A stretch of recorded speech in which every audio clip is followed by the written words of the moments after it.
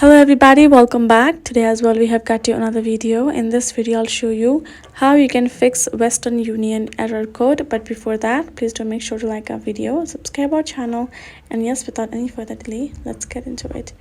So in case you're getting any difficulties while trying to use your Western Union app on your phone and getting that error code notification, for that first thing you can do is you're going to go to your app store, type in Western Union app as I've done, and if it shows update instead of open, go ahead, update your app first. That will also solve out many of your problems because it will simply update to the newest version of it, and that is it.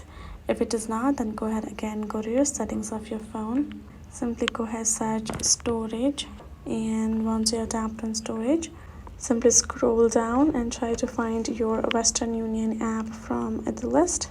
Once you have found it, go ahead, tap on this offload app, simply offload this particular app of yours.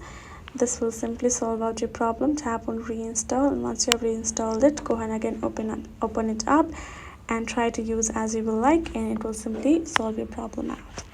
So that is how you can do it. Hope this video was helpful to you all. Thank you so much for watching, and yes, I'll see you guys in our next video.